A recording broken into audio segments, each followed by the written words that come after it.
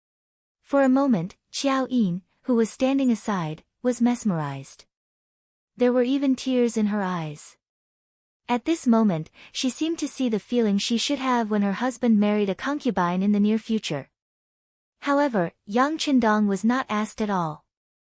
This had something to do with the fact that he was not used to these greasy songs. At the same time, it was also because he was busy staring at Madame Snow's towering breasts. It had been 3 years since he came to this world. Although he did not get close to women on the grounds that he was still growing, and he did not even have sex with the beautiful Qiao Yin, it did not mean that he did not need it. It was just that there were too many things to do and too much energy to think about it for the time being. Today, there was no one else in the room except himself and the 3 beautiful girls. The budding of youth was somewhat uncontrollable. In particular, Madame Snow's figure was so beautiful and her skin was so white. He could not help but stare at her breasts a few more times. Madame Snow spent all day in the red light district and had seen all kinds of men. Among them, there were many men who would stare at her figure endlessly. Some of them even had very bold gazes. She felt that those men were more vulgar. Sometimes, she would feel a little embarrassed and even a little disgusted. However, today, facing the 6th young master's gaze, not only did she not feel disgusted, but she also felt a little proud, and a little happy and secretly happy. Why was she not angry, but happy? Was it because there was some kind of attraction to the 6th young master that made her not blame him at all? Or was it because she knew that he was a talented man and wanted to get close to him? Madame Snow did not know what she was thinking at the moment. However, Yang Qindong hurriedly withdrew his expression after hearing the song. At the same time, he deliberately straightened his body and used the corner of his eye to observe Qiao Yin, who was standing next to him. Fortunately, Qiao Yin had listened to the song and was completely immersed in it. She did not notice that she had lost her composure just now. Relieved, he smiled at Madame Snow, as if only she and he knew what had happened just now. He coughed softly and said, "Madame Snow's voice is really like the sound of nature, intoxicating. You flatter me, Dong Shuai. I really made a fool of myself. I heard that yesterday in the Jiu Arts workshop, Dong Shuai shocked the world with 3 songs. That was the sound of nature. Now, the streets and alleys of the capital are talking about it." While being modest, Madame Snow secretly pointed out what had happened last night. She also took the opportunity to tell Yang Qindong that she had come here for the 3 songs. "Ha, it's just a casual composition. How can it be the sound of nature?" Yang Qindong shook his head and did not admit that the song yesterday was exquisite and wonderful.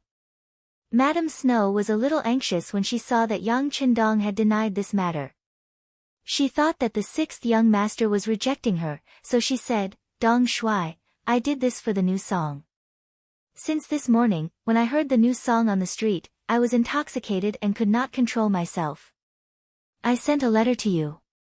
Please don't refuse. As long as you are willing to teach me the new song, you can tell me any request or condition. I will do my best to satisfy you." When she said the word, satisfy, Madame Snow's face was so delicate that it looked like water could be squeezed out of it.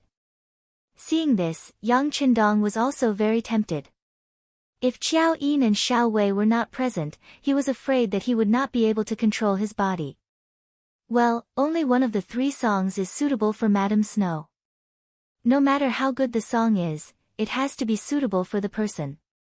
Yang Qindong forced himself to suppress the thoughts in his heart and said with a smile, "It's just 1 song. That's better than nothing.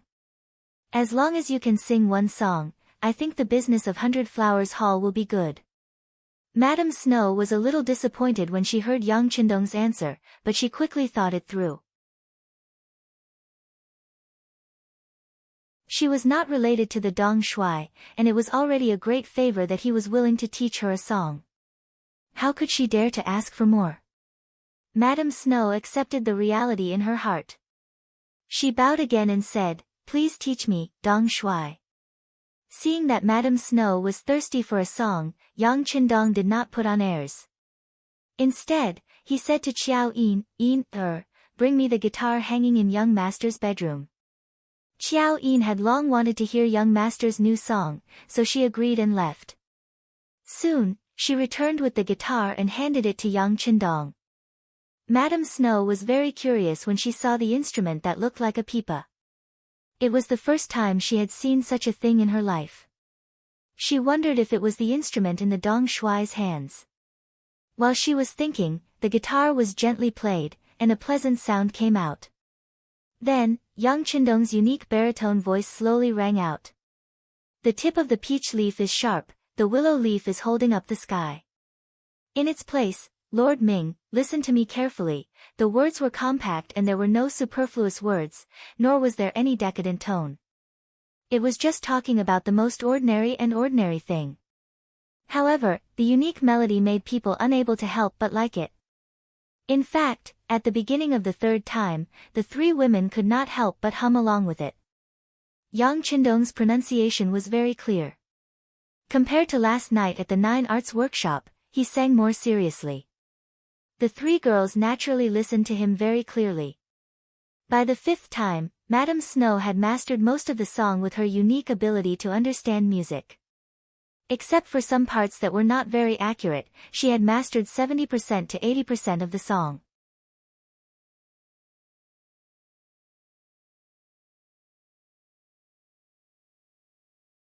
Chapter 74. Ha, not bad, Yang Qingdong nodded with satisfaction after listening to Madame Shui's song. He had to admit that this woman was really talented in this aspect. Being praised by Yang Qingdong, Madame Shui was happy and shy at the same time. She was also very happy because she could meet immortal Dong Shui and learn a new song. What he did next made Madame Shui even more excited and her heart beat faster. Madame Shui, you seem to like playing the zither. I'll teach you a new song. It's played with the zither. What do you think? Ah! Thank you so much, Dong Shui. Hearing that she was lucky enough to hear the second song, Madame Snow was so excited that she kept bowing with her hands folded in front of her. Well, there are no outsiders here. You don't have to be so polite. Yang Qingdong was tired of watching Madame Shui say, thank you, a dozen times, so he waved his hand and said casually. But this sentence made Madame Shui blush. The fact that there were no outsiders here obviously made her think the wrong way. As Yang Qingdong spoke, he had already arrived in front of the guzheng. Then, he leaned over and plucked the strings twice. In the end, he shook his head. With his level, he could barely play the guitar. He really couldn't play the guzheng. Fortunately, the tune of the next song was not complicated. Given Madame Shui's ability to understand it, it would not be a problem for her to learn it after he sang it softly. How about this? I'll sing softly, and you'll compose the music. What do you think? Yang Qingdong didn't say that he didn't know how to play the zither. Madame Shui was more than happy to sing with Yang Qingdong. But she was worried that she couldn't play it well, so she asked nervously and excitedly, can I? If I say you can, you can. If you can't, you can. Yang Qingdong laughed heartily and agreed.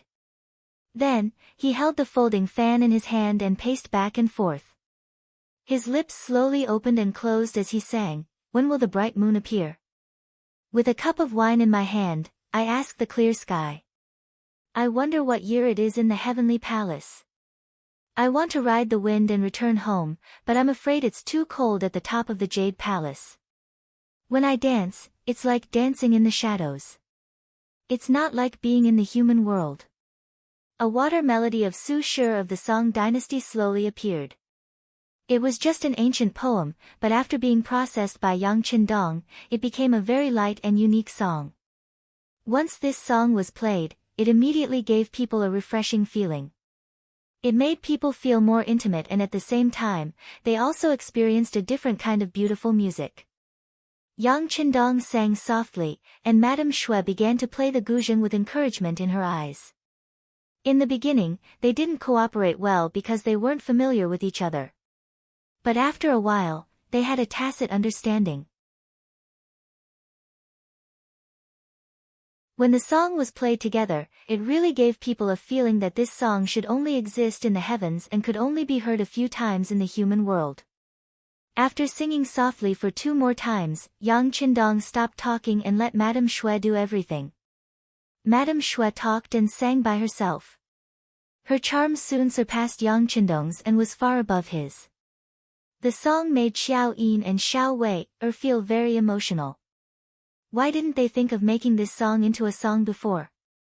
At this moment, their gazes towards Yang Qindong were filled with worship and reverence. Hu Mansion. Suddenly, a horse carriage drove in from the side door, and a burly man jumped down from the carriage. He looked at the Hu clan's gatekeeper and said, "This is an invitation card from my family's lord." The gatekeeper stepped forward and respectfully picked it up. When he saw the words, "Crown Prince washes his horse, Yang Qindong," written on it, he understood. After knowing the other party's identity, he smiled and said, "What can I do for you, Lord Yang?" "It's like this. My lord has developed a new kind of soft paper called toilet paper, which is prepared for the nobles after they go to the toilet." As he spoke, the burly man held 2 bags of things in his hands and handed them to the gatekeeper. "One is for Minister Hu, and the other is for Lord Hu. Please accept it." After putting down the bags, the burly man left. If Hu Zhangning was here right now, he would definitely recognize him as the Beta Persei who had fought with his 2 subordinates in Jianing Mansion and won. The same scene didn't only appear in front of the Hu Mansion, but also in front of all 5th-rank officials in the capital. In the end, Tiger's Mane led the team to deliver the toilet paper to the Imperial Palace. The difference was that the Imperial Palace received a larger proportion, 10 large bags. The other officials only received 1 bag, while the 2 5th-rank officials in the Hu family naturally received 2 bags. Everyone who received Yang Qindong's gift accepted it. Even Yu Qian, the Ministry of War's attendant who called himself Wen Tianxiang, received a gift. For the family, this was something that rarely happened. The reason why Yu Qian accepted the gift was because he wanted to see what the Crown Prince washes his horse was up to. What was he up to? However, when he saw that the gift was actually toilet paper used after he went to the toilet, he was stunned speechless. This thing was indeed very soft, and was naturally an excellent item for cleansing the body. However, giving this kind of thing was somewhat lacking in the grandeur of a refined scholar. Thinking that this thing probably wasn't worth much, Yu Qian left it here and didn't return it, which made his wife overjoyed. Hu Mansion. The gatekeeper took the 2 bags of toilet paper to the backyard and met with Hu Zhangning's wife. Hu Zhangning's wife, Hu Yushi, was already old and no longer managed the backyard. The Hu family didn't split up, but Hu Zhangning's wife was in charge of the backyard. Madame Hu's surname was Wang, and she was known as Hu Wangshi. When she saw the 2 large bags of toilet paper, she blushed. After she figured out what they were for, she was even more speechless. This 6th young master was also messing around. How could such a thing be so publicly delivered to the residents and even handed to the gatekeeper? Scholars loved face. Although eating, drinking, and going to the toilet was a long-term emotion that no one could avoid, it wasn't good to give such things so publicly. However, since it was already delivered, it wasn't good to return it. Thus, she ordered people to prepare to send the things to the backyard's warehouse. As for whether it was useful or not, she, a woman, couldn't personally try it out due to her face. However, before the item could be sent out, the sound of hurried panting and panicked running could be heard. The person who came was Hu Yan. She heard the maid, Xiao Qing, say that the 6th young master sent someone to send a gift. She was overjoyed and ran over to take a look. "Mother, the East Marshal sent something to our residence?" As soon as she entered the hall, Hu Yan's beautiful voice, which was like an oriole's, sounded before she could stand firm. "Yan, slow down. Don't fall again. You're almost a big girl. Why are you still so careless?" Seeing that it was her daughter who came, Hu Wangshi couldn't help but say coquettishly. "Mother, where are the things that the East Marshal sent us?" Hu Yan didn't listen to her mother's nagging, but asked anxiously. "That's it. Knowing that if she didn't answer, her daughter would continue to ask, Hu Wangshe simply pointed to the 2 bags of things on the ground that were about to be put into the warehouse. Ah! Hu Yan first exclaimed, then walked in front of the 2 bags and casually picked one up to take a closer look. However, it seemed that this wasn't enough. She directly opened the other bag, pulled it out, and rubbed it in her hands. Seeing Hu Yan's actions, Hu Wangshe's face turned red and said, Yan, what are you doing? This is, but what? What is this thing? It feels so weak. Is it used to write big words? It doesn't seem right. Even though Hu Yan thought that she was smart, when she saw the toilet paper for the first time, she still couldn't see its use. Yan, come here. Hu Wangshe, who had always been educated to be well-mannered, felt that some words were too shameful to say. She pulled her daughter in front of her and then whispered something in her ear. Ah! Hu Yan's face changed. First, she blushed, then she spat softly and said in a voice that only she could hear, How shameless of you to give me such things. Yan, what did you say? Hu Wangshe obviously didn't hear clearly. Nothing. Hu Yan panicked and said, I just said that this thing looks soft and seems to be suitable for that. How about this, I'll take it away first. If it's useful, I'll send it back to you. After saying that, without waiting for Hu Wangshe's agreement, she and little Qing each carried a bag of toilet paper, turned around, and ran out. Hey, slow down, slow down. Hu Wangshe didn't care about the 2 bags of toilet paper. She didn't know its use at all. She was just worried that her daughter would run too fast and fall down. This was like a small episode in her life. Hu Wangshe didn't care at all. Not only that, many officials who received the toilet paper didn't care too much. It wasn't until the next day when they went to the imperial court that they realized how precious the toilet paper was. In the side hall of the Yang Manor, Madame Shui learned 2 new songs, Exploring Qingshui River, and Wishing We Last Forever. She was very happy. After singing it a few times and receiving Yang Qindong's affirmation, she was overjoyed. Thank you for teaching me, Dong Shui. But I don't know if these 2 new songs can be sung in Baihua Hall, Madame Shui said carefully when she was talking. She was afraid that Yang Qindong wouldn't agree. No problem. You can sing them if you want. Yang Qindong smiled. It always took a process for a new song to be accepted by the world. Baihua Hall could expand its influence. Why not? As for the copyright of the new songs, Yang Qindong didn't care at all. He didn't know how many songs like this there were. If it weren't for the fact that the lyrics and music of these 2 songs were clean and suitable for zither and pipa, he could teach more. Seeing that Yang Qindong agreed, Madame Shui was overjoyed.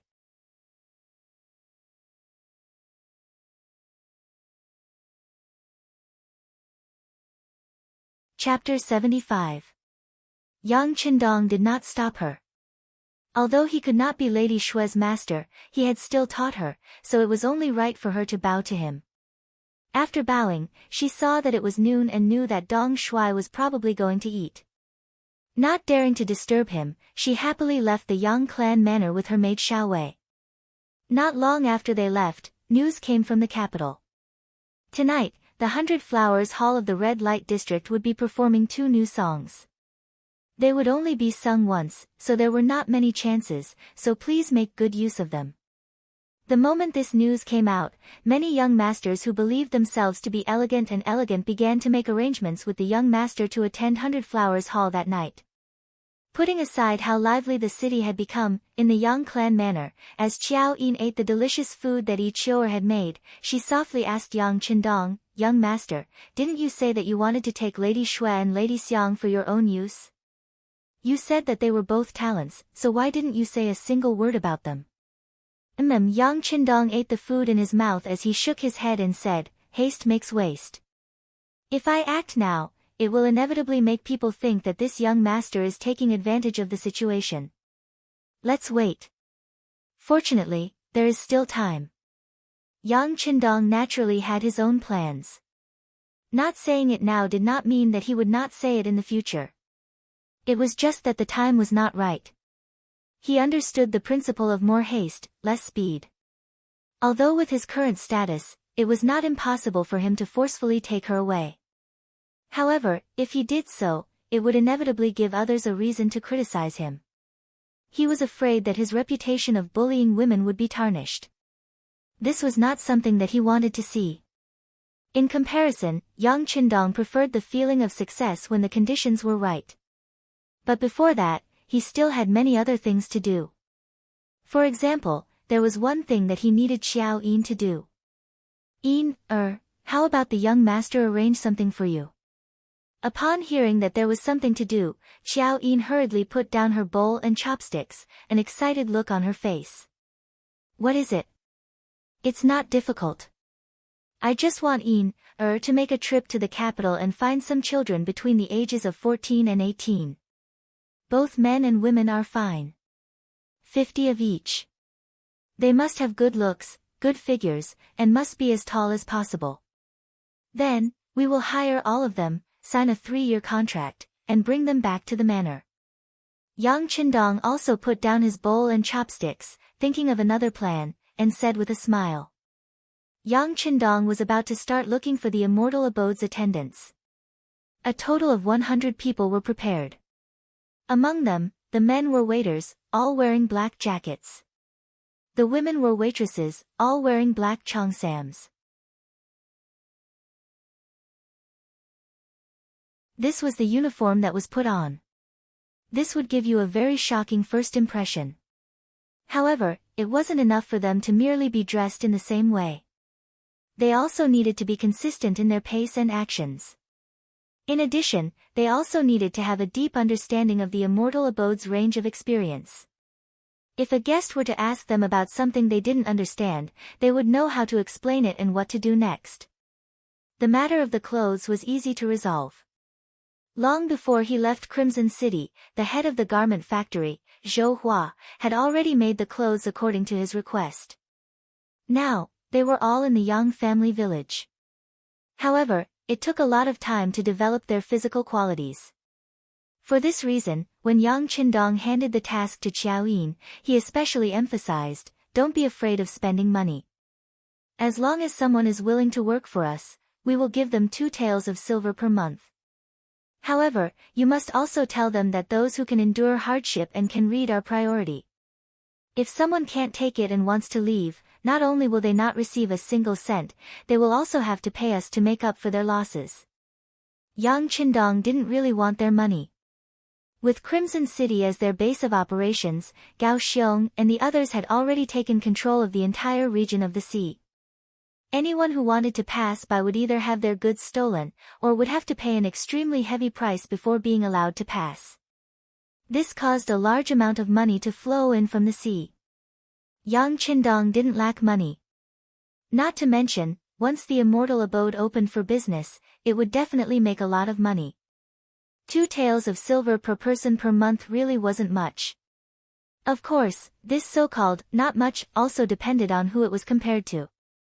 Ordinary citizens, especially children in their teens, would definitely have very few opportunities to earn that much money. In fact, they might not even have the chance to do so. Yang Qindong only had Xiao Yin do this because he understood the situation. Yang Qindong also believed that with Xiao Yin's personality, she would definitely do a good job. Moreover, anyone who could catch her eye shouldn't be too bad. After all, she had followed him for such a long time. She didn't have much else, but when it came to experience, few people could compare to her. After sending Qiao Yin out of the Yang clan manor, he arranged for Qiu Vi and Yang Wu to protect her. At the same time, Qiu Vi and a group of guards also left the manor. With his reputation as Yang Qindong, the chances of anything happening were extremely low. Shi Qindong turned around and entered his study. His figure flickered as he reappeared in the large warehouse. As soon as he entered the warehouse, Yang Qindong headed for the club. There was a television and a video player there, as well as the complete Yi Zhong Tian analysis of the 3 kingdoms. He had come here to study. He wanted to make a Yang Qindong analysis of the three kingdoms. It took Yang Qindong 4 hours to come out of the study room. When the sun was about to set, Yang Qindong walked out. He saw Tiger's mane waiting for him. The young master's study couldn't be entered unless there was something important. Moreover, when entering, one had to first pull on the doorbell, a so-called drawstring device. Once one pulled on the doorbell, one would be able to hear the sound from the inside. Only after obtaining permission could one enter. This was Yang Qindong's requirement for everyone around him. Even Xiaoyin and Tiger's mane weren't allowed to break this rule. This was also a habit that Yang Qindong had instilled in everyone. This way, when he needed to enter the large warehouse, he didn't have to worry about someone suddenly appearing outside to disturb him. When he saw Tiger's mane waiting for him outside with a calm expression, he knew that there was nothing urgent. As Yang Qindong walked over, he asked Tiger's mane, "Has everything been taken care of?" "It's been taken care of. All the fifth-rank officials in the capital, including the Duke's estates, Marquis estates, Count's estates, and even the Imperial Palace, have been sent over according to the number that was previously agreed upon," Tiger's mane respectfully replied. "Very good. Is there anyone who doesn't accept them?" "There isn't." Tiger's mane pondered for a moment. Indeed, there wasn't any news of anyone confiscating toilet paper. Thus, he nodded affirmatively and said, "They've all accepted them." "Not bad." This answer was somewhat out of Yang Qindong's expectations. He originally thought that there would be independent people like Yu Qian who wouldn't accept gifts. He didn't expect them to accept all of them. It seemed like they thought that toilet paper wasn't worth much, which was why they accepted it so easily. Since that was the case, he would give them a heavy blow later on. He wanted them to understand that toilet paper wasn't a piece of white paper. It was an existence that was much more valuable than that. Do we have enough toilet paper in the warehouse?" "It's sufficient. It's definitely enough to deal with the capital. Also, Crimson City is speeding up. The first batch of goods is already on its way to the capital. Wang Zhen has also sent someone over to deliver the Eastern Faction Depot's pass token. It can guarantee that the goods will be able to pass through without any obstructions." Tiger's mane explained the matter of the Eastern Faction Depot's pass token. Hee.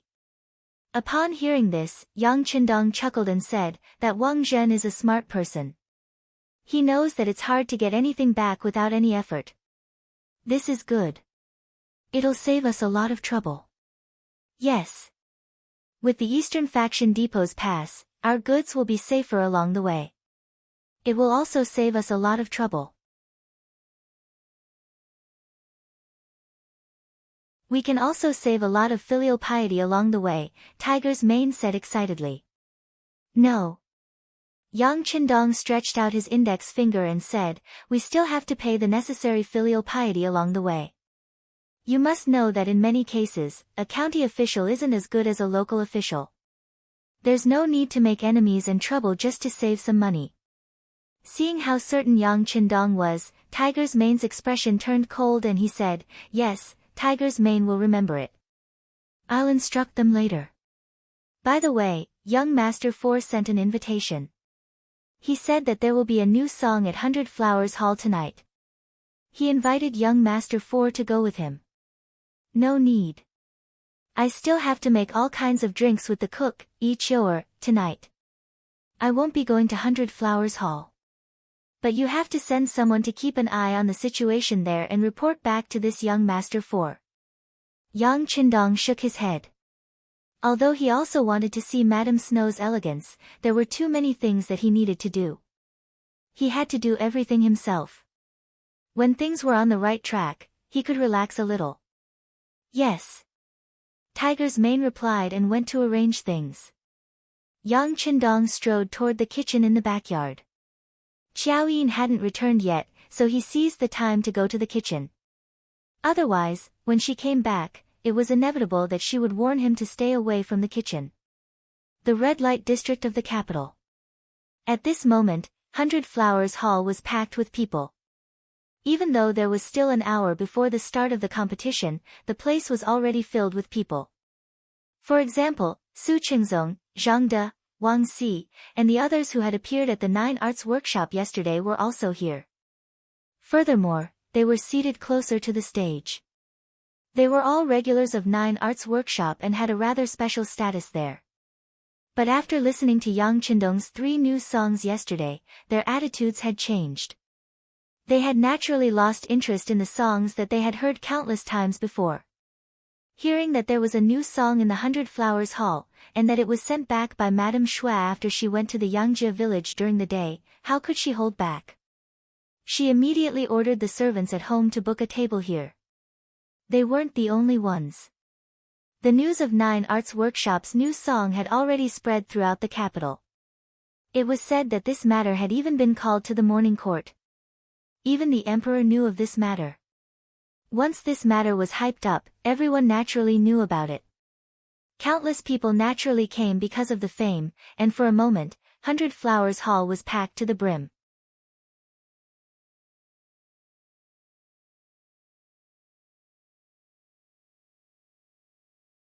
Chapter 76.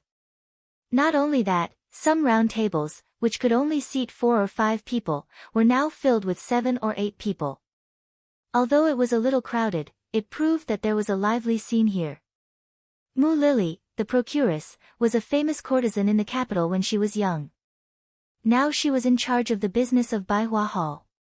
Although she was less than 30 years old, she was still very charming. When she saw the scene today, she couldn't stop smiling. Well, let's get busy. Don't neglect the guests. This is a good opportunity for our Baihua Hall to become famous.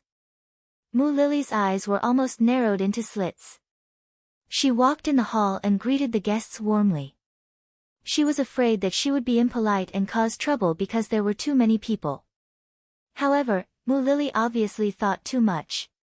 Today, everyone was here for the new song. At least, before they heard the new song, no one would casually cause trouble. This also made it so that although the number of people in the hall was several times more than usual, the order was not disrupted. After the performance, Madame Shui was still practicing. After all, she had only sung during the day. It was indeed a little hasty for her to perform at night. Moreover, there were so many guests today. What if she screwed up? What would she do? Wouldn't those nobles tear down 100 Flowers Hall? She had been on the stage many times, but she didn't know why she was so nervous today. She remembered that when she went on the stage for the first time, she was as nervous as she was now. Miss, you don't have to be so nervous. Although I have just learned this song, other than Dong Shui, no one else knows what the original song is like. On the other hand, Xiao Wei was thinking of ways to comfort her young miss. Xiao Wei's words made sense, but Madame Shui still shook her head stubbornly. No, I have to live up to Dong Shui's trust. By the way, Xiao Wei, is Dong Shui here tonight? Xiao Wei wanted to lie to her miss, who was full of expectation. However, she knew that she could not lie to her miss when she went on the stage. She shook her head reluctantly. Dong Shui didn't come. He didn't come. Obviously, Madame Shui was somewhat disappointed. Judging from the way Dong Shui looked at her during the day, he should still like her. At the very least, he admired her. If that was the case, why couldn't he come to 100 Flowers Hall today when he could go to Nine Arts Workshop yesterday? Seeing that her young miss was in low spirits, Xiao Wei was afraid that something bad would happen. She quickly added, I've sent someone to check. Dong Shui didn't go to Jiu Arts Workshop today. Perhaps this was the only good news. At least it proved that Yang Qindong was not biased. I see. Sure enough, Madame Snow's expression became much better after hearing that. As a woman in the entertainment field, perhaps her competitive nature was stronger. When she heard that Dong Shui didn't go anywhere, her mood became much better. The guests at the front desk did not know what was going on backstage, nor did they know that the heart of their goddess, who had always wanted to get close to her, had already flown out of the venue and was no longer with the guests. Time passed little by little, and it was getting closer and closer to the start of the show. The geisha, who was warming up the scene, had already gone up the stage. However, both the performers and the audience were obviously absent-minded. They were all waiting for the two new songs to come on the stage. Finally, Madame Snow, who was dressed in white, went up the stage accompanied by her maid, Xiao Wei, accompanied by a burst of enthusiastic applause. Of course, no one knew whether it was a farewell applause. Lady Shue's clothes were as white as snow, and her skin was white and tender. Her skin was as clean as a baby's. Coupled with her graceful figure, she received a wave of applause as soon as she stepped onto the stage. The applause went on for a long time until Madame Snow sat down on the guzheng. At that moment, the whole venue became very quiet. In the silence, under the eager eyes of the audience, the sound of the guzheng rang softly, accompanied by Madame Snow's pleasant monologue. A long time ago, there was a firearms camp. Song Lao-san and his family lived next to it. They had nothing to do. The monologue was to let more people know the story so that they could understand the main idea of the song. It was also specially requested by Yang Qindong. At least, the monologue was still needed before the song became a hit. When people became familiar with the song, the monologue could be skipped at any time. The monologue made people's expressions change again and again. From the monologue, they seemed to have seen the tragic ending of the young couple who loved each other. In the corner of the hall, a handsome scholar with a white face was listening to the monologue with tears in his eyes. Beside her, there was a handsome attendant accompanying her. However, she seemed to have forgotten her role, which was to look after the young master. At this moment, her eyes were also filled with tears. She was like a dam that was about to burst, and the rain could pour down at any time. Little Qing, how do you think he came up with such a tragic story? Is Little Six really referring to himself? Did he really have such an unforgettable love when he was young? The seated young master gently wiped away the tears that were about to flow out and asked the attendant standing beside him. Little Master, I don't know. The attendant shook her head and said in a choked voice. In the hall, many people were moved and affected by the story, but none of them shed tears like the two girls. The situation here was naturally noticed by the diners at the surrounding tables. Some people naturally looked over. Lower your head. Noticing that some people were looking at her table, the young master quickly lowered her head, and so did the attendant who accompanied her. The two girls reacted quickly. In addition, the place was a little remote and the light was dim, so the others could not see what was going on. Then, they all turned back to the stage. Sensing that other people were not looking at them, the master and the attendant looked up and made faces at each other. It was also at this moment that their mischievous nature was revealed. If Lord Hu Zhangning was here, he would definitely be shocked to discover that these two so-called young masters and errand boys were actually his precious daughter, Hu Yan, and her personal maid, Xiao Qing. They came here naturally because they heard that Baihua Hall was going to sing a new song at night. They also knew that Madame Shui had just returned from Yangjia village during the day, which made them even more curious. After some discussion, they decided to come here in person to see what Madame Shui looked like. Let's see if this new song is really as good as the rumors outside say, that it can really make people unforgettable, and has the effect of making people feel relaxed and happy. The tip of the peach leaf is sharp, and the willow leaf is holding up the sky. Lord Ming in his position, listen to me carefully. After the narration, the song officially began. With Madame Shui's beautiful voice, a refreshing song entered people's ears, which made people feel comfortable and comfortable. Unlike Yang Qindong's voice, Madame Shui's voice seemed to be sadder. Even Su Qingzong, Zhang De, Wang Si, and Yang Yang had the same feeling. There was a beginning and an end. When the song came to an end, there was silence in the field at first. Then, there was an earth-shattering applause. It seemed to form a heat wave, which was about to melt Madame Shui on the platform. Thank you. Seeing the effect, Madame Shui stood up and said, "Greetings to everyone." Then she slowly sat down and put her slender fingers on the zither. The tune of "Wishing People Forever" began to reverberate in the Hall of Blossoms. people were first attracted by the clean tone of the song. Before long, Madame Shui's beautiful voice rang out. When will the moon be bright? With a cup of wine in my hand, I ask the sky. I wonder what year it is in the heavenly palace. Jiu Arts Workshop. It was not as lively as yesterday. In fact, it was even quieter than before. Although Madame Shui's name had been hung outside the Jiu Arts Workshop today, and it did attract some young master and child masters, their status could not be compared with that of the guests in Baihua Hall. On the stage, Madame Shui just sang 2 old songs and then left with a sad face. As soon as she went backstage, Cui Na, the procuress, came up to her and said, Sister Hanxiang, it's all my fault. I shouldn't have stopped you from going to Dong Shui yesterday. No, Sister Cui, it's not your fault. I thought too much. I've decided to go to Yang Village tomorrow. No matter what, I'll ask Dong Shui to teach me 2 songs. Madame Shui looked very determined and confident. She regretted it when she learned that Madame Shui had gone to Yang Village during the day.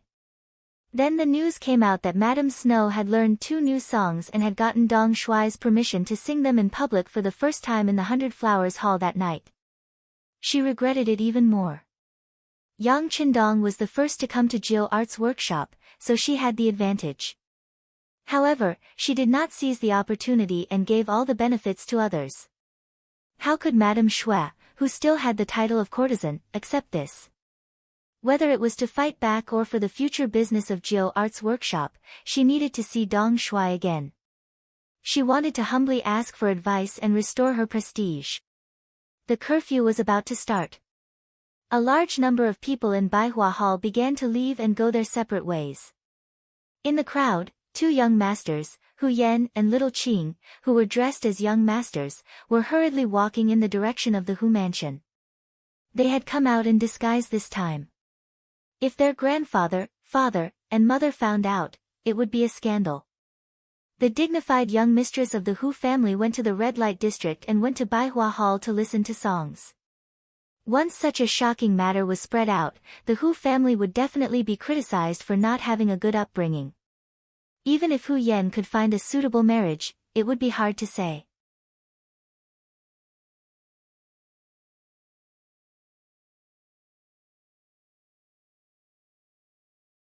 Chapter 77. The 2 of them ran all the way before the curfew.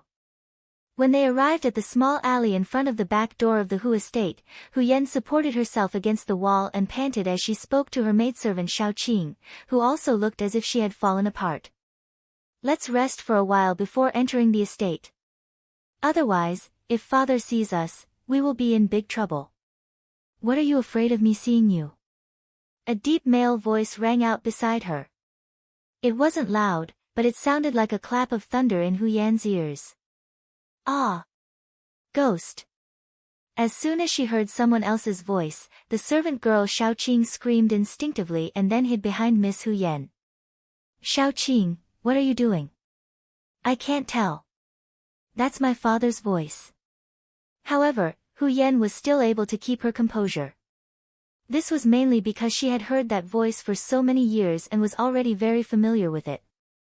Hu Yan grabbed the panicked Xiao Qing and lowered her head as if she had done something wrong.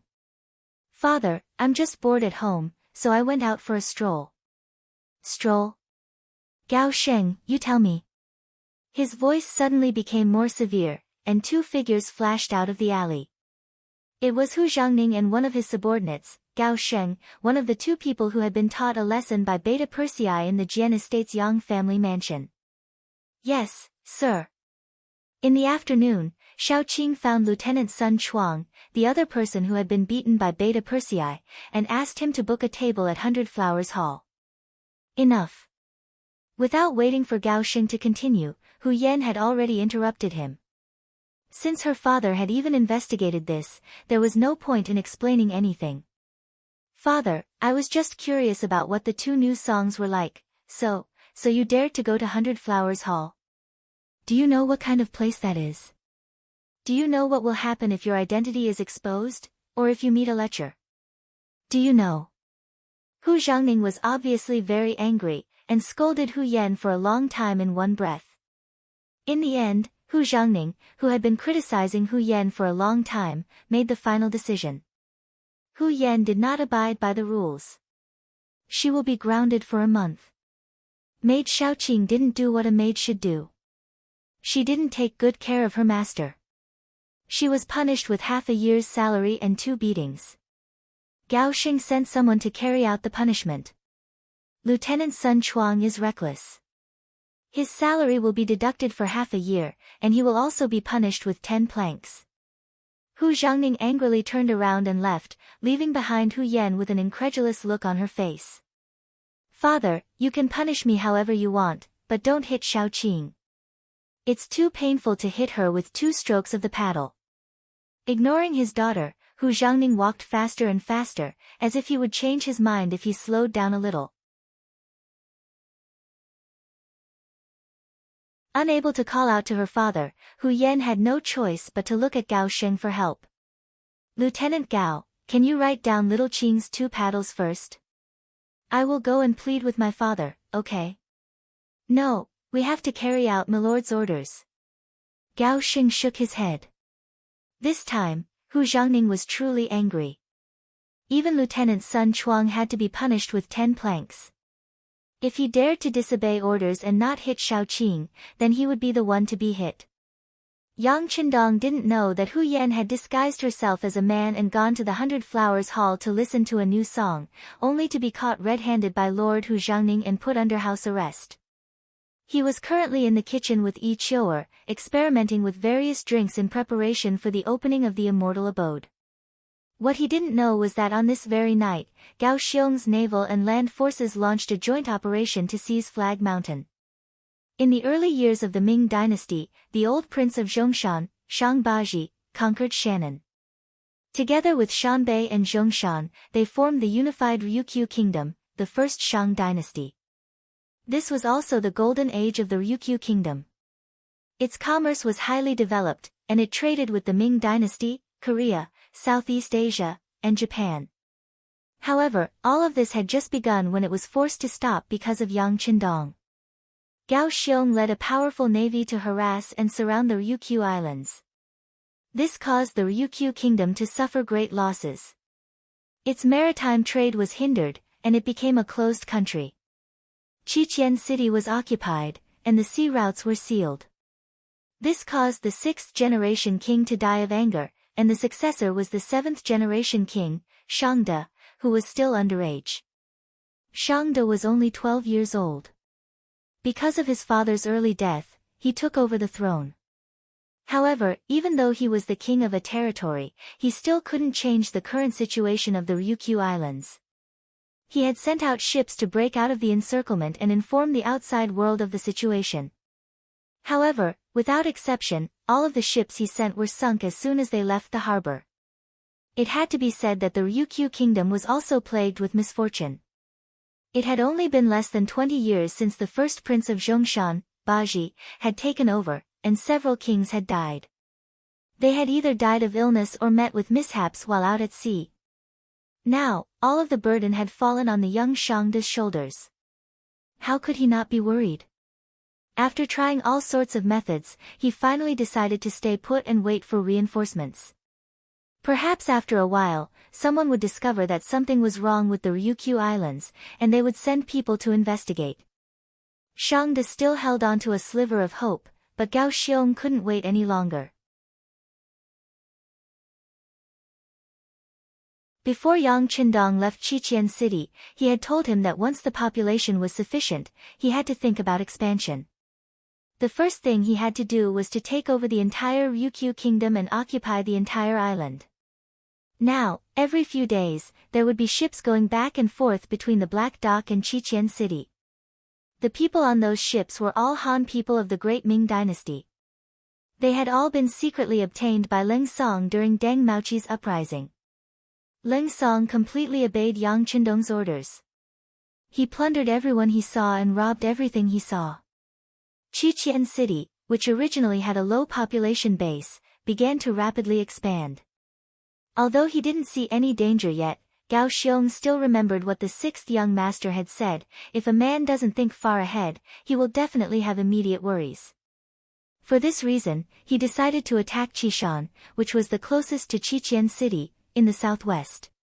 Based on the principle of obtaining the greatest victory with the least casualties, Gao Xiong made a detailed pre-battle plan before he made his move. He gathered the 1st Company Commander 1st Lieutenant Xiao Feng and 3rd Company 1st Lieutenant Chang Tingshan at home and came up with a plan to attack Qishan from both inside and outside. At the beginning of the 9th month of the 13th year of the Great Ming Dynasty, when Yang Qindong had just arrived in the capital and was still stirring up trouble, Gao Xiong started his operation. That night, the wind was strong. Especially for an island like Ryukyu, the wind was even stronger at night. The flag on the city wall of Qishan swayed vigorously and the flagpole seemed as though it would break at any moment.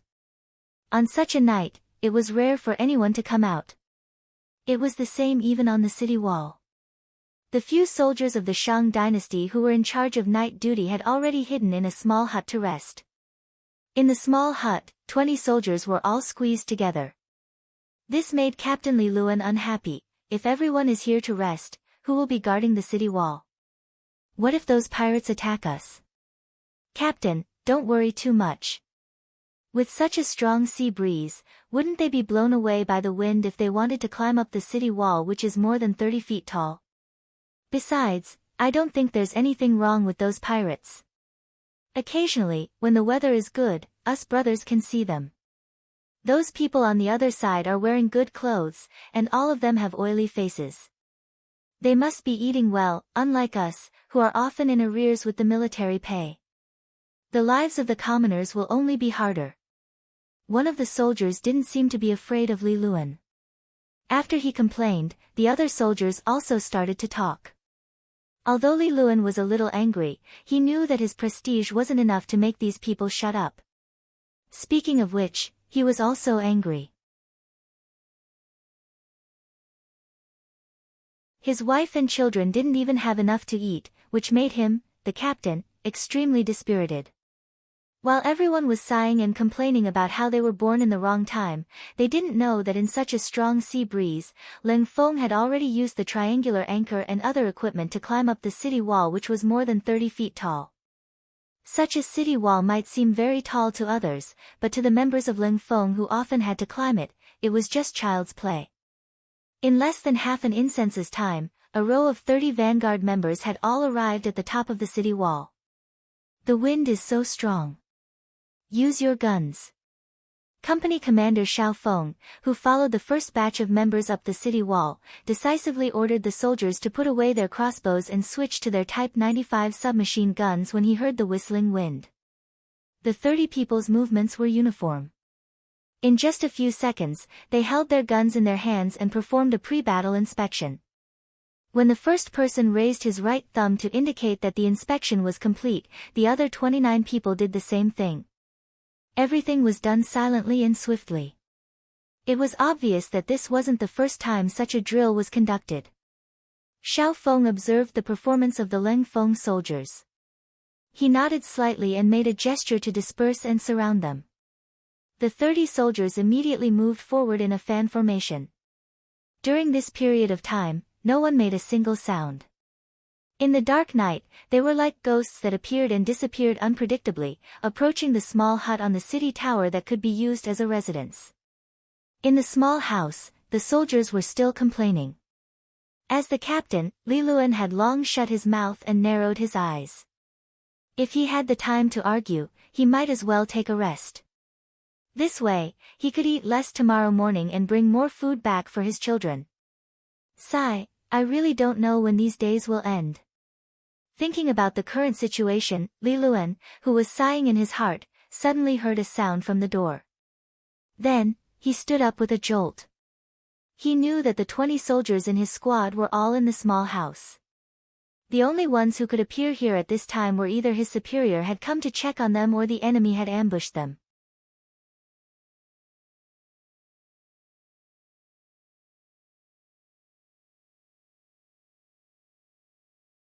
Chapter 78. Li Luan's reaction wasn't slow, but the person's reaction was faster. Before Li Luan could pull out his sword, a black muzzle was already pointed at him. Not only that, there were several black muzzles that were pointed at his subordinates. Don't move, those who surrender will be spared. Those who resist will be killed. A loud voice sounded. It was the voice of the company commander, Xiao Feng. As soon as he finished speaking, bah! A gunshot rang out. One of the Shang dynasty's soldiers clutched his chest and fell to the ground with a look of unwillingness and shock. In his hand, he had already pulled out a long sword and was about to slash forward. One of the Leng Feng soldiers felt the danger and killing intent. Without hesitation, he opened fire and ended the life of the enemy who wanted to resist. The sound of the gunshot was loud and clear in the room, but in the night wind, the sound could not travel far. With one person dead, the room became much quieter. Then, the captain, Li Luan, felt that his life was being threatened. He didn't want any of his brothers to die here, so he shouted anxiously, "Listen to me, don't move. Take out your weapons and throw them on the ground. I think that since these people said that they would be spared if they surrendered, they should be true to their words. That's right, we will keep our promise. The prerequisite is that you guys have to listen to us too. If you guys have any ulterior motives, you will end up like that person." Xiao Feng looked at Li Luan's performance and nodded his head in satisfaction. However, in order to not cause any more problems, he couldn't help but threaten him. When the black muzzle was aimed at him again, Li Luan felt his body tense up. He clearly saw the scene just now. This black metal thing could easily take a person's life. Not wanting to die, he hurriedly threw his sword and scabbard on the ground. At the same time, he covered his head with both hands and squatted down. With Li Luan taking the lead, the other 18 brothers followed suit and threw down their weapons, crouching on the ground with their hands on their heads. Very good. Xiao Feng praised, then gestured to Leng Feng who was at the side. A few of them took out ropes from their backpacks and tied up all 19 of them, including Li Luan. Just as he was done, the door opened again. A soldier in camouflage uniform walked in. He stood straight and saluted. "Sir, the city gate has been opened by our brothers hiding in the city. 2nd platoon, 3rd platoon, 3rd company, and 1,000 auxiliary soldiers have entered the city. Company Commander Tingshan, may I ask if we can besiege the barracks in the city?" "Yes, everything is going according to plan. Also, tell the brothers that the auxiliary troops are not to participate in the battle. Go and maintain order in the city. As long as the civilians do not cause trouble and stay in their homes, they are not to be harmed."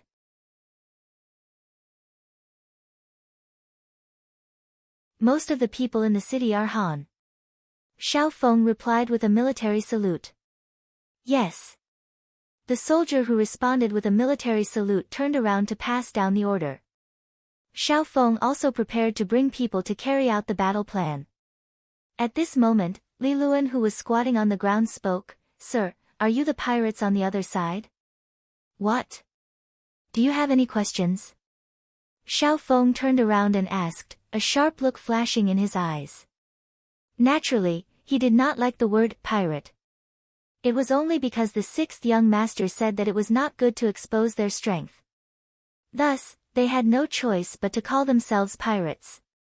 Feeling that Xiao Feng's gaze could kill, Li Luan instinctively lowered his head and avoided it.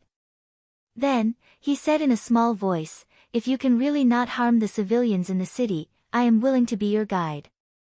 There are many of my brothers in the barracks. I think I can help persuade them." Li Luan volunteered himself for 2 reasons. Firstly, he had long lost confidence in the #1 Shang dynasty. Even the soldiers did not have enough to eat, let alone the common people. Secondly, the weakness of the Shang dynasty made them feel extremely aggrieved. After being surrounded and forbidden from entering the sea, and not being able to send out any ships, they had actually holed themselves up like turtles and refused to move. It was as if they couldn't think of any solution. Instead, they had placed all their hopes on the outside, praying that others would discover their tragic situation and that someone would come to their rescue. This was completely a lucky move. It was no different from spending 2 yuan and waiting for 5 million. The possibility of them being rescued was close to zero. Thirdly, he had just witnessed Lin Feng's prowess. With one shot, one of his subordinates was killed. This should be the gun that De Ming was talking about. However, from the looks of it, it seemed to be even more powerful than the gun in the legends. Faced with such a powerful weapon, what could the Shang dynasty use to fight them? Fourthly, although he did not have much contact with them, he had heard some things about these pirates since he was guarding Qishan, which was the closest place to Qiqian city. They were completely different from other pirates. They did not bully civilians. When they robbed, they only robbed boats and people. However, they did not kill civilians or merchants. With all these knowledge and after seeing Lin Feng's mental state, Li Luan had the idea of helping them. Not only could he redeem himself, he might even be able to save more of his brothers in the barracks. Li Luan's volunteering naturally made Xiao Feng overjoyed. Alright, if you do this well, not only can you save more people from the flames of war, you can also save more lives. You can also be considered to have performed a meritorious deed. How about this, untie him and bring him along with us.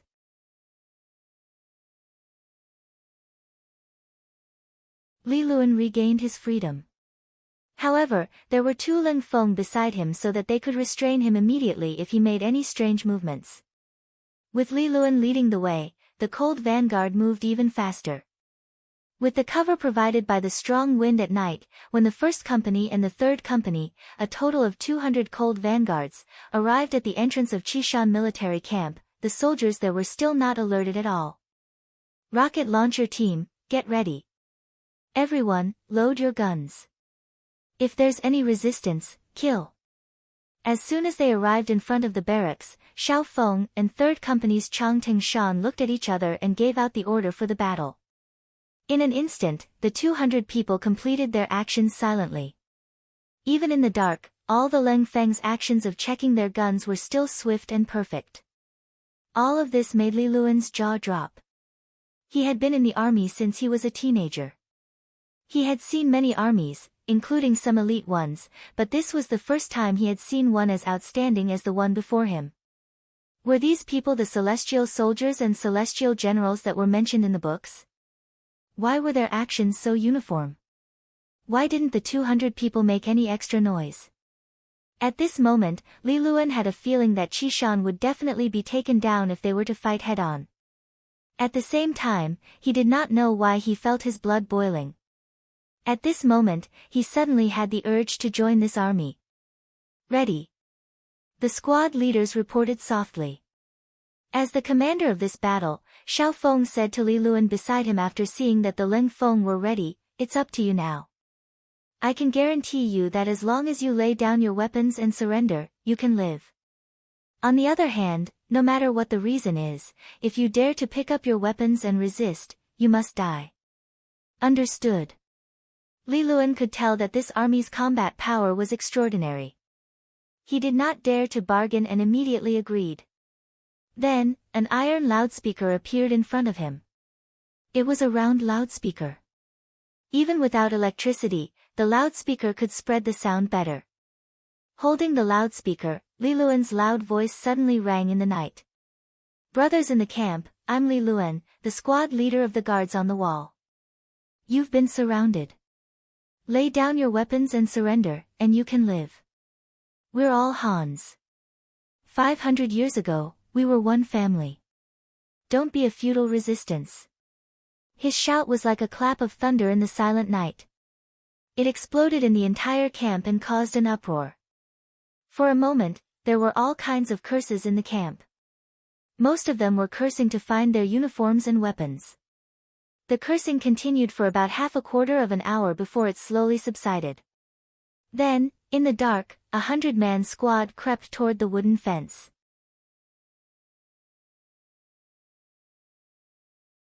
It seemed like they wanted to use their advantage of being more familiar with the terrain to launch a counterattack. Ready the rocket launcher. Target the wooden fence. Fire. Xiao Feng had already seen the enemy's every move with his night vision goggles. Night battles were a part of Lin Feng's training. Because of proper nutrition, the ordinary soldiers did not suffer from night blindness. At this moment, they could clearly see the enemy's actions in the opposite camp. The commander gave the order, and immediately, 2 rocket launchers with powerful flames shot forward. After 1.5 seconds, they slammed into the wooden fence that could block the impact of manpower and horsepower. Immediately, flames soared into the sky, and the sound was like thunder. The rocket launcher was a type of infantry anti-tank and siege weapon. It was light and had a short range. At the same time, it could be fired in a straight line, upward, or downward direction. It had a variety of attack methods that were perfect for close-range sieges. The 2 rocket launchers were fired and instantly destroyed the main gate of the camp. The powerful flames and explosive force scared the 100-man vanguard soldiers who wanted to sneak out of the camp. What is this? Is this the wrath of the heavens? This must be the punishment of the heavens. After seeing such powerful firepower, the 100-man vanguard's morale immediately collapsed. In the face of the unknown, humans naturally had a kind of fear, not to mention that it had such great power. Li Luan looked at everything in front of him in a daze. When he saw such powerful firearms, he knew that the soldiers of Qishan's camp had been defeated. He only hesitated for a few seconds before he shouted again, "Brothers, I'm Li Luan. You should have seen the power of these firearms. If you don't want to die, throw down your weapons and surrender. Your families are still waiting for us to return safely in the city."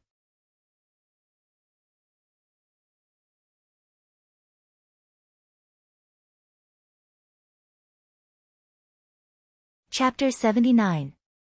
Under Li Luan's persuasion and the powerful impact of the rocket launcher, some of the smarter soldiers finally realized that they weren't strong enough. The first person threw his weapon to the ground. Then, like a contagious disease, there was a second person, a third person. The frightened soldiers of Qishan threw down the weapons in their hands one by one and then walked out of the military camp in groups. They covered their heads and walked out of the military camp. The entire battle had ended so simply without firing a single shot or firing a single cannon. Of course, this was because of the deterrence of the powerful weapons. However, more importantly, it was because the soldiers of Qishan already had a grudge against the Shang dynasty. They didn't have enough to eat and couldn't wear clothes. Such an army had long lost their morale. How could they be counted on to win the battle?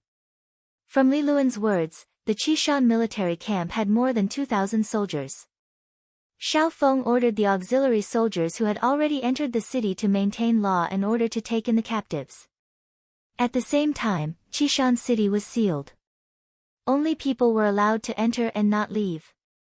The entire city was checked overnight. If there were any dangerous people, they would be killed. However, at the same time, the soldiers were not allowed to harass the commoners. If they were caught, they would be dealt with according to military law. After occupying the city, there had been countless military exercises to maintain peace. Putting them in Qishan city was just turning the exercises into actual battles. However, the soldiers of Leng Feng who had made all kinds of preparations were still very familiar with it. In just a few hours, Qishan city's law and order were restored. There were even some courageous commoners who dared to appear in the morning market to continue trading. When the sun rose, a new 5-starred red flag was placed on the city walls of Qishan city. This meant that from this moment onwards, this place was under Yang Qindong's control. Get someone to inform Captain Gao Xiong of this news. Then pass it on to the 6th young master. At the same time, all platoon leaders and squad leaders will have a meeting to review the battle and point out their own shortcomings. Xiao Feng followed Yang Qindong's training and carried out his work with the mindset that there must be a conclusion after the battle. In conclusion, it was a method that could allow people to grow and become stronger quickly. Reality also proved that a big summary after a big battle and a small summary after a small battle could expose more potential problems and point out the correct direction to fight the next battle. In the palace hall, the officials had already arrived at the morning court. Because the emperor had not arrived yet, the officials gathered in 2s and 3s to chat. "Lord Li, did you receive Yang Shima's gift yesterday?"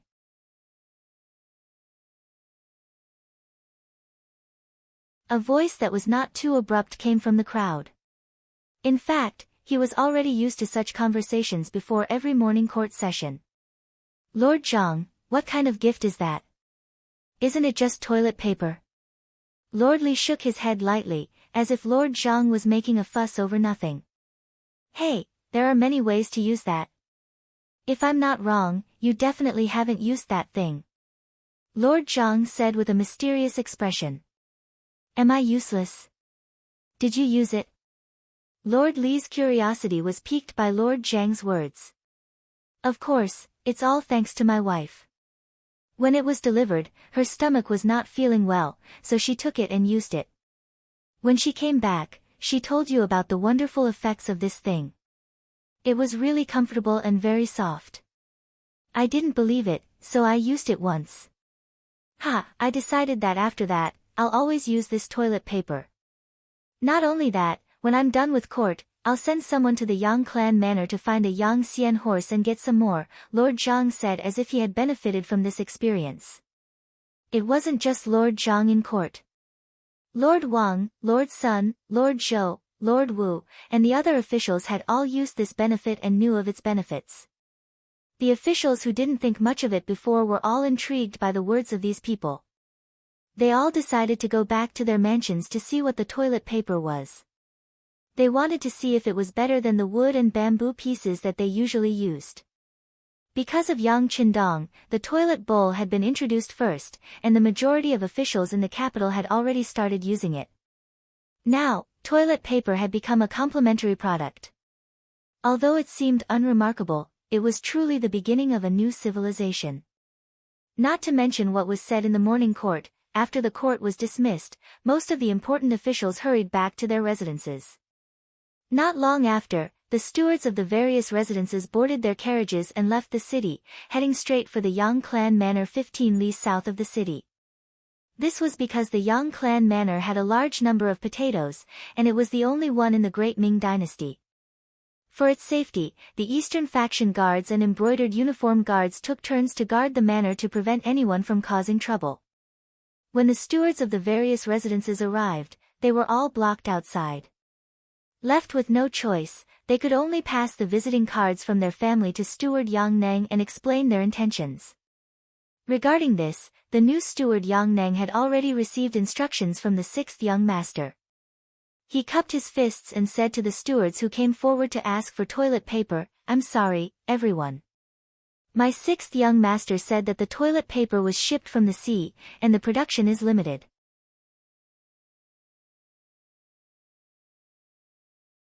Previously, I took out the toilet paper because I thought that it would be better to share it with everyone, but now, I really don't have much left. If everyone really wants it, then wait until the Heavens Beyond trading firm opens for business and buy it there.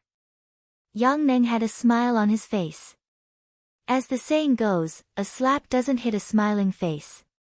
Since he had already said so, what else could the stewards do? They could only hurriedly return to their residences. Since they didn't have any new goods for a while, they would have to use the toilet paper that was delivered yesterday sparingly. Other than the 1st young master and 1st madam, everyone else could forget about using it. Of course, there were also some officials who thought that Yang Qindong was too stingy. It was just some unremarkable toilet paper, and he wanted to set up a trading firm that they had never heard of to sell it. How much money could that thing be worth? Could he earn back the capital by opening a shop for it? These people's thoughts weren't wrong. After all, toilet paper wasn't something that could be put on the table. Moreover, it wasn't like they couldn't do without it. In the past, when there was no such thing, shouldn't everyone still do what they should do? For something like this, if it was sold at a high price, there probably wouldn't be many people who would buy it. However, if it was sold at a low price, they probably wouldn't even be able to earn back the rent for the shop. That was the normal way of thinking, but how could the people of this era guess what was going on in Yang Qindong's mind? If you said that toilet paper wasn't worth much, there was nothing wrong with that. However, Yang Qindong firmly believed that once people were used to it, they wouldn't be able to adapt to it if you asked them to use wood or bamboo. More importantly, he intended to use hunger marketing to sell it, which meant that he would sell it at a fixed amount a day. based on the idea that the rarer something was, the more valuable it would be. Once the supply exceeded the demand, the price would naturally rise.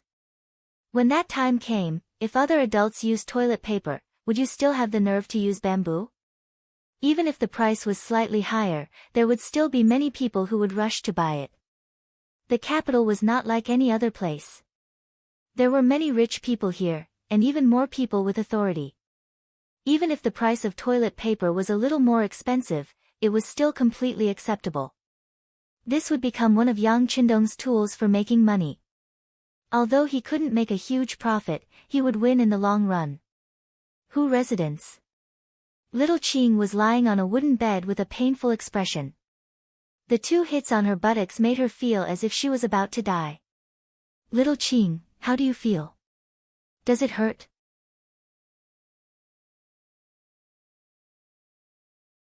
With a face full of tears, Hu Yan at this moment made people truly understand what it meant to say that women were made of water. Ever since they returned to the courtyard last night and little Qing was beaten twice, she had been crying non-stop. Even after a night had passed, her tears still flowed out uncontrollably. She really didn't know where her tears came from. Miss, don't cry. Your eyes are swollen. It's so ugly. Resisting the pain on her but, little Qing, who felt sorry for Hu Yan, squeezed out a smile and said. The miss was the master, and the maid was the servant. In this hierarchical feudal society, little Qing still dared to make fun of her miss like this. It could be seen that the relationship between the two was really good to a certain extent. I don't care. I don't care if it's ugly.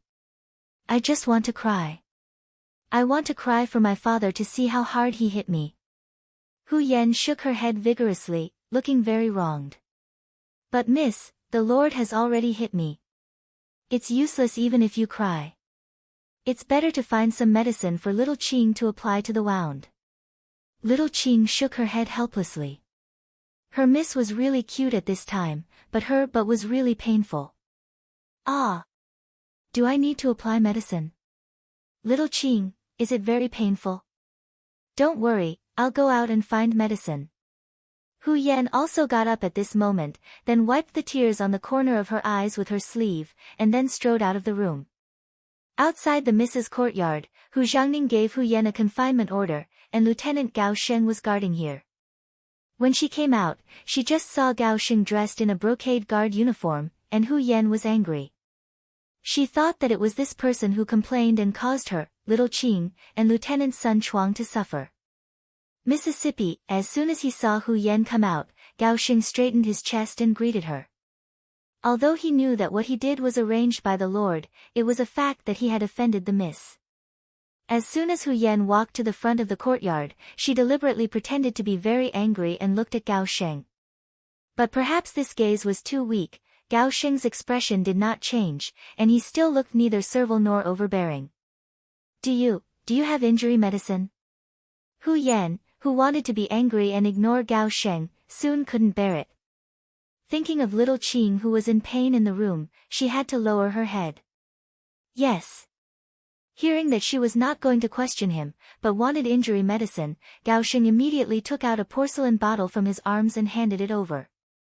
Use the amount of medicine to cover the wound 3 times a day.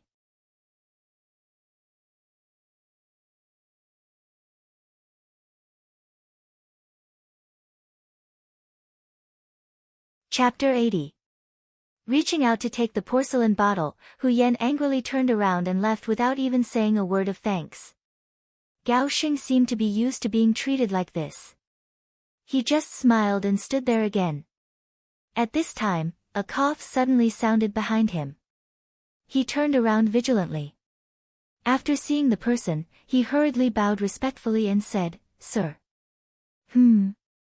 Why did Miss look for you just now? The person who came was Hu Jiangning. At this time, he had a constipated expression. After the morning court, he was called by his mother, Hu Yushi, to find a way to get some toilet paper. At this moment, Hu Jiangning was stumped. It turned out that after the Yang family sent the toilet paper yesterday, Hu Wangshi, who was in charge of the backyard, was going to put it in the family's warehouse. However, Hu Yan, who was rushing over, took it away. Then she used it and the effect was really good. She gave the rest of the things to her mother and grandmother, Hu Yushi. With the recommendation of her granddaughter, Hu Yushi had people verify the magical effect of this thing. Then, she sent the rest of the toilet paper to her relatives in the city. This was also the old lady's style of doing things. Perhaps because of her humble background, Hu Yushi had always valued her relatives very much. Once there was something good, she would immediately send it over. The toilet paper was the same. Except for a small packet, the rest were sent away. Hu Yan came back from the morning court and asked the old lady about the toilet paper. The old lady, who had no stock, had to give the task to her son. She also said that she wanted to get some more. There were still some relatives who had not shared it. In Hu Yushi's eyes, her son was the guardian of the genie guards. There was nothing that could be difficult for him. After Hu Zhangning received the task, he was not in a hurry. He sent the housekeeper of the house to the Yang family village 15 miles south of the city to ask for it. Unexpectedly, he returned empty-handed. According to the housekeeper, not only the Hu family, but many ministers in the court also sent their housekeepers, but they did not bring back a packet of toilet paper. Hu Zhangning, who had already promised his mother, was a little anxious. Thinking that the toilet paper was given to the old lady by his daughter, she should have some stock in her hands. He had to bite the bullet and come to the door. If it was in the past, Hu Zhangning guaranteed that his daughter would agree to such a thing. The relationship between father and daughter had always been very good. But this time, he had no confidence in his heart. He had just punished the other party yesterday, so he wasn't very confident in speaking up now. Even though he wasn't sure, Hu Zhangning, who had always been extremely filial, still decided to give it a try. He couldn't let his mother down. While Hu Zhangning was still thinking about what to say, Gao Sheng, who was standing in front of him, had already answered, "Sir, Miss asked me for injury medicine." Injury medicine? Was little Qing seriously injured? It's just 2 military rods. Hu Zhangning said nonchalantly. When Gao Sheng heard this, he couldn't help but think in his heart. 2 strikes from the military rod might not be much to a soldier, but for Xiao Qing, who had tender skin and was greatly cared for by the young miss, that was already a very heavy punishment. He thought this in his heart, but he could not say it out loud. He could only say with a serious expression, "This is the first time that Maid Xiao Qing has been beaten by the military." In addition, these 2 beatings were not exaggerated at all. It is inevitable that she will be injured. What? Was there no water at all? I say, you are also right. She is a maid, not a thick-skinned soldier like you. How can she be treated equally? Hu Zhangning pretended to be very angry and reprimanded Gao Sheng. Then he said casually, "Okay, I will go in and take a look." He strode into the young miss courtyard. Looking at Hu Zhangning's departing figure, Gao Sheng was stunned in place. How could he not be treated equally? If these 2 beatings were exaggerated and didn't hurt or itch, he was afraid that when he returned, he would be accused of favoritism. This job was really not easy to do. Hu Zhangning strode into Hu Yan's courtyard. Before he even entered, he called out loudly, "Is Yan here? Father is coming in." As soon as he shouted, Hu Yan, whose face was still filled with anger, had already walked out of the main door. "Of course your daughter is here. Where can a grounded person go?" Ha! Hu Zhangning smiled awkwardly when he heard the obvious hidden meaning in her words. Then he stretched his neck and glanced into the room. "Is your maid Xiao Qing all right?" "All right. She won't die for the time being." Hu Yan's answer was still cold. This time, she was really disappointed in her father. It was true that she had done something wrong, and she deserved to be grounded. However, he shouldn't have hit little Qing so hard. There was a lot of blood on her but she cried for the whole night and was still in a trance at this time. As soon as he heard the words, "won't die," Hu Zhangning knew that his daughter was still angry with him. But as a father, how could he simply apologize? Thinking that if he continued, there might be more sarcastic remarks waiting for him, he simply did not ask any more. Instead, he asked straightforwardly, Yen, father wants to ask you, do you still have the toilet paper that the Yang family sent yesterday? If it were any other time, Hu Yen would definitely ask why, but now she was angry and turned around to leave without thinking. After a while, when she came back, she put a small packet of untouched toilet paper into Hu Xiangning's hand. Don't tell me there's only this much.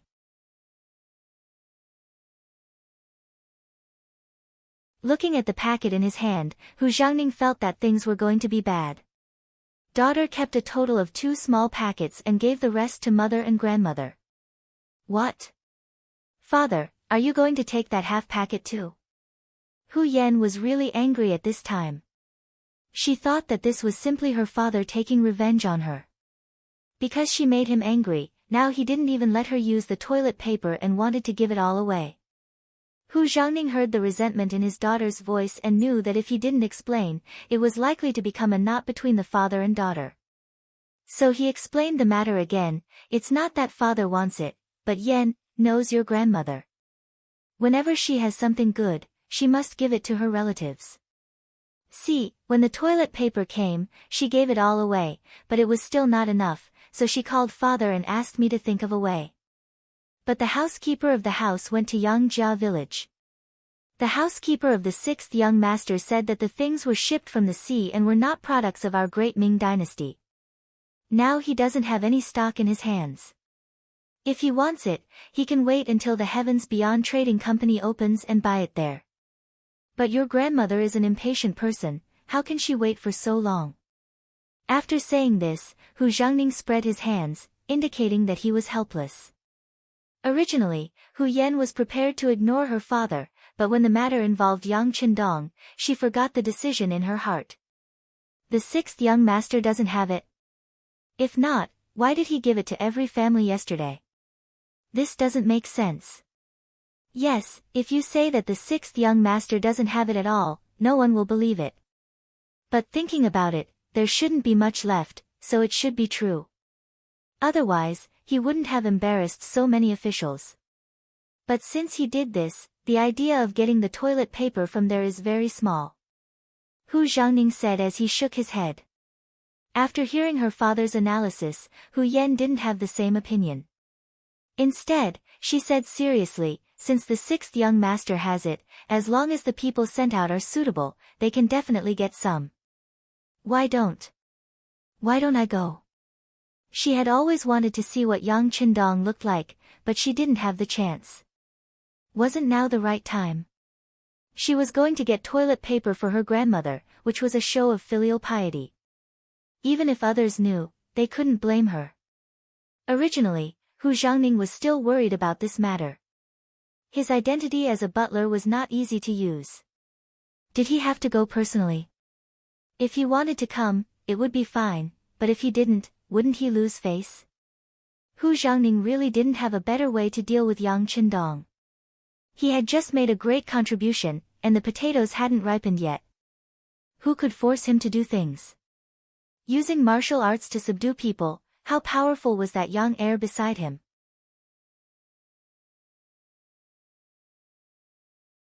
He was definitely not a match for him. If he couldn't do it, Hu Xiangning had no other way. But now that he heard that his daughter was going personally, his eyes lit up. Yes, his daughter was a child. It would be best if she came, but even if she didn't, it wouldn't be a big deal. But the only thing was that his daughter wasn't married yet. If word got out that she was so ostentatious, it would be bad for her reputation. Hu Xiangning didn't reject her immediately. Instead, he looked like he was deep in thought, which made Hu Yan see hope. Father, just let me go. I promise that after I go, as long as there is a little bit of toilet paper left in Yangjia village, I will get it for you. Oh, right, I won't go alone. I'll ask Sister Yang Qi to go with me as a companion.